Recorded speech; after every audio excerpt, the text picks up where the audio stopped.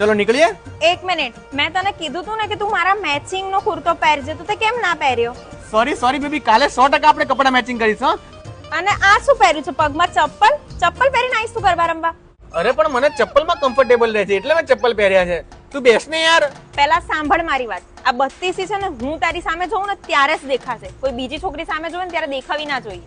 Okay. અને સાંભળ, હું જે રાઉન્ડમાં ગરબા કરું ને ત્યાં તારે મારી આજુબાજુમાં જ ગરબા કરવાના. તું બીજા કોઈ રાઉન્ડમાં ઘૂસી ના જતો ગરબા રમવા માટે. અરે યાર નહીં ઘૂસું, તું બેસ ને યાર, જઈએ આપણે, મોડું થઈ જશે ત્યાં યાર.